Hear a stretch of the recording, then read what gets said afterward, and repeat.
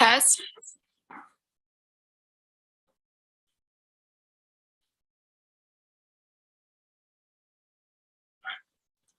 We're good.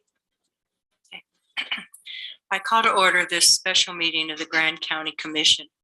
The date is July 5th, 2022. The time is 5:35. Present are Evan Clapper, Commissioners Evan Clapper, Sarah Stock, Kevin Walker, Mary McGann, Trish Shadeen, and absent are Jacques Hadler and Josie Kozak. We also have Commission Administrator Mallory Nassau, Commission Associate Administrator Quinn Hall, and Commission Coordinator Alicia Oliver. We are the first call to business is the canvass of the election. Gabriel Wojtek. Hi there, Clerk Auditor Wojtek here.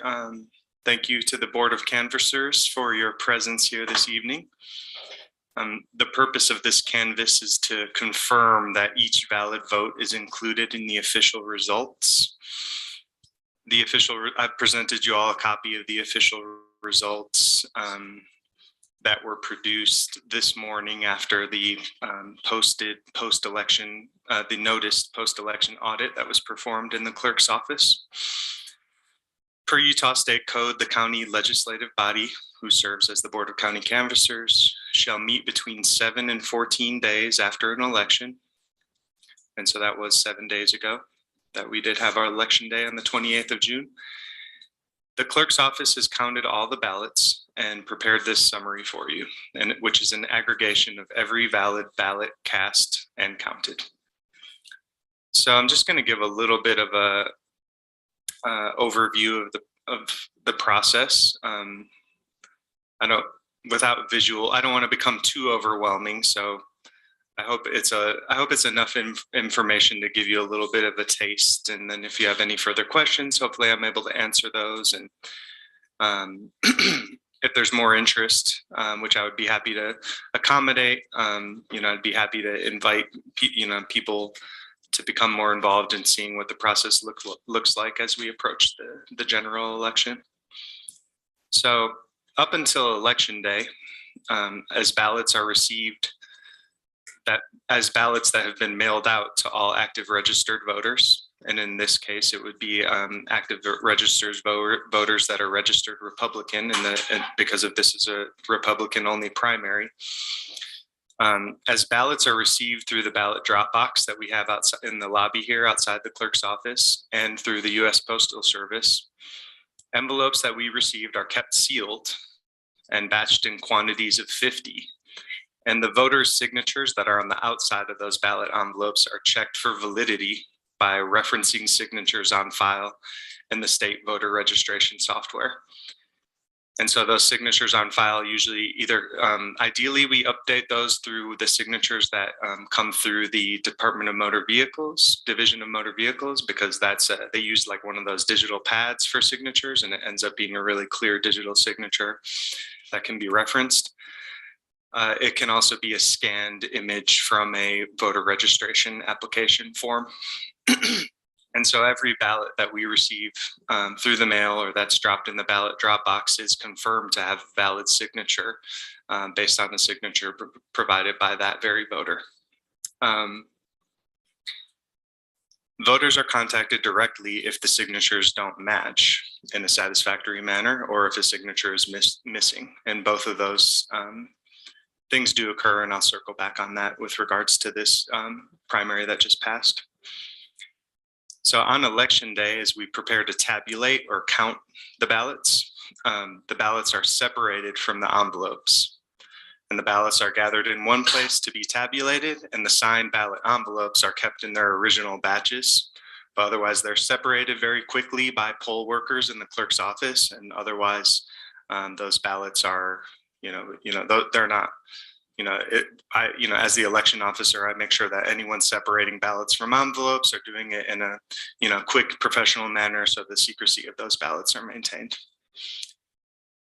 And so then the ballots are run through our tabulator machine, which is called the DS200. and that's a piece of equipment that's maintained and updated by ES&S, which is our election equipment and software provider.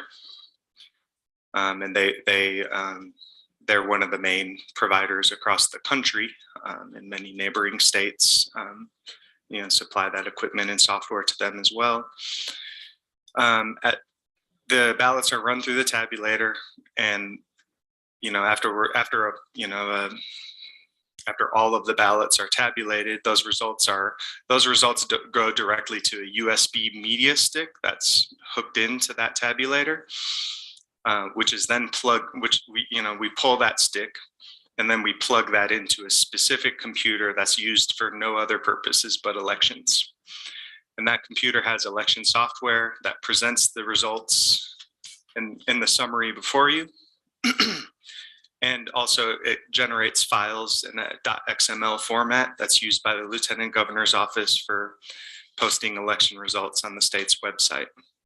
So to be clear, any transfer of information from a tabulating machine to a computer, to an office computer that we would need to transmit other information, that's all executed locally by a USB media stick. So our election computer and our tabulating machines are never connected to the internet in any way, shape, or form.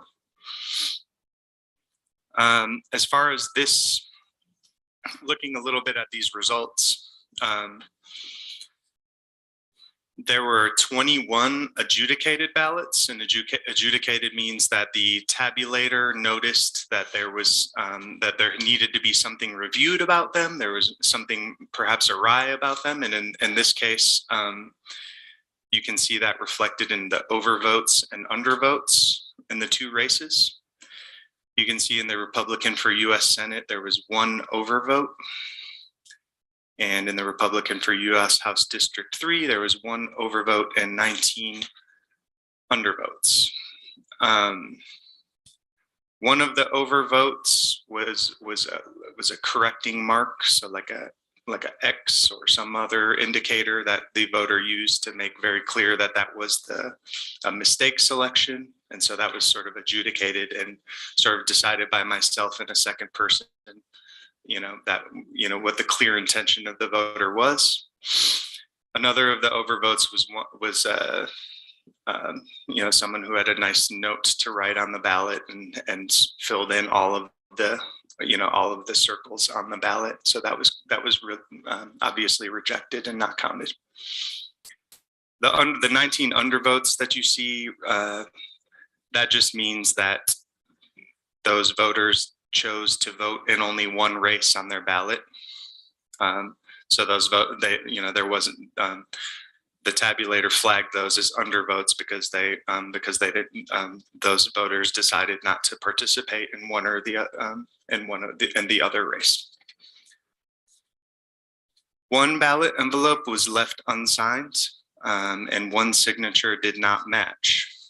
And in those, so we actually, as of today, I should say, we did have multiple ballots that were unsigned. That's a pretty common occurrence. And in those cases, we make every effort to contact those individuals because, again, their ballot envelope is still sealed and their signature shows on the outside. And there's also optional contact information that voters can provide on that envelope so that if they forget to sign it or if the signature doesn't match what we have on file, we make every attempt to communicate with those voters to come in and show a valid ID and confirm that this signature on file this signature doesn't match, but they can come in with their ID and confirm that that was indeed the ballot that they voted with. Or if it's unsigned, obviously we could get them to come in and sign it. Bringing their valid ID, obviously. We did have 1 ballot as of today that was left unsigned, so the attempts to communicate that voter were unsuccessful, and 1 signature didn't match. And again, we couldn't. Attempts to reach that voter to cure that ballot or reconcile that difference was unsuccessful. So those ballots weren't counted, obviously. So if you'll remember, we performed logic and accuracy tests to ensure that any election equipment was calibrated and producing and counting ballots exactly as they should. Furthermore, before we use a tabulator machine and run ballots through it, they produce a zero report before beginning any counting. And that just demonstrates that it starts at zero when we count votes, and it prints out a report that we keep as a record with all the ballots and any record physical records associated with the election. And so anytime we run ballots through, we have that zero report to show that it started at zero. And so at 11 a.m. this morning of July 5th, myself and the chief deputy clerk completed a post-election audit, and that's sort of directed by the lieutenant governor's office. And that had two major components. One is comparing the cast vote record, which is the electronic record of how any individual ballot was voted. So that's just it's just kind of like when we produce that .xml file to present to the lieutenant governor's office, it literally has an individual slot for every ballot, and how those ballots were filled in. And so we compare a certain number of ballots on the cast vote record with the actual ballot image of those cast vote records, and that's to ensure that how those ballots were counted were exactly how they were filled in physically on the ballot. And then the second aspect of the post-election audit is a review of the ballot envelope signatures. So we're directed to select a random number of batches of the envelopes that we keep.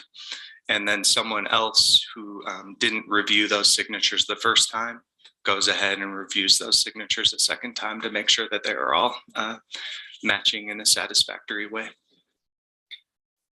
So yeah, and just in general, we had a very smooth election day.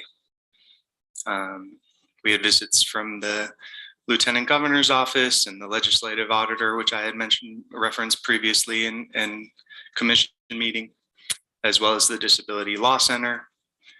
And the ES&S, our equipment and software provider, stopped in today. So we get a lot of visits around this time from everyone involved, and it's all, everyone seems to be quite pleased and happy with the way things go here in Grand. So something to be proud of there. And yeah, I'd be happy to answer any questions as I might be able to in the moment here. But otherwise, it's at this point up to the Board of Canvassers to certify the votes cast so that we can prepare a certified report, or we can certify this report basically that's before you.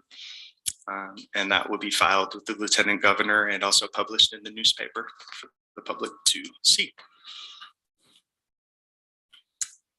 Thanks, Gabe. That was a helpful summary. And it's like these days, there's a lot more interest in how votes are actually counted in elections. And so,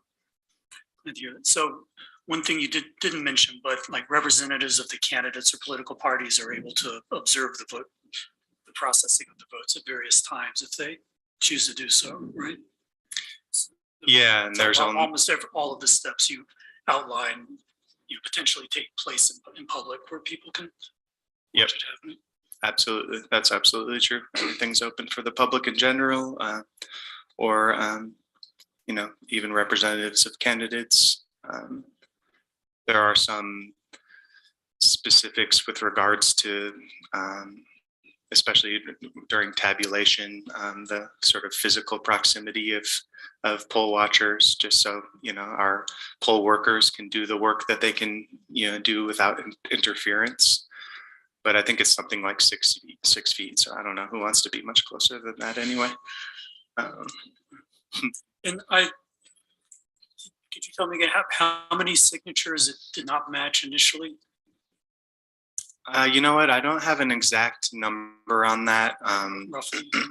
Yeah, maybe. The signatures that didn't match There were two, one of which we were able to get someone in and confirm that it was indeed their signature, that they had written the signature, and one that we couldn't reach that person that was, wasn't verifiable.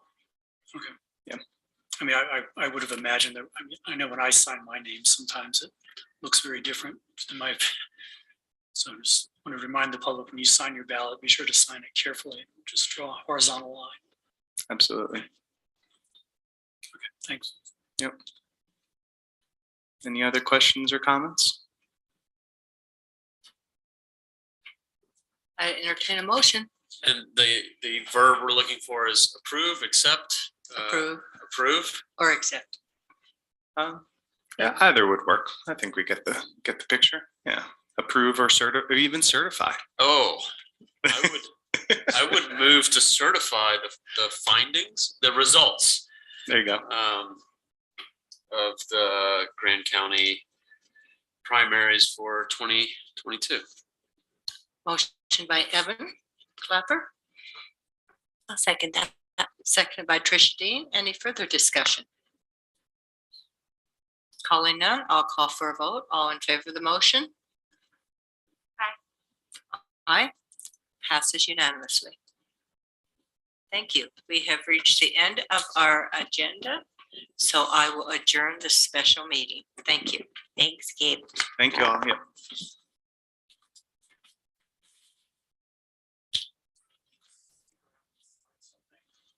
Yep. I can pass it around.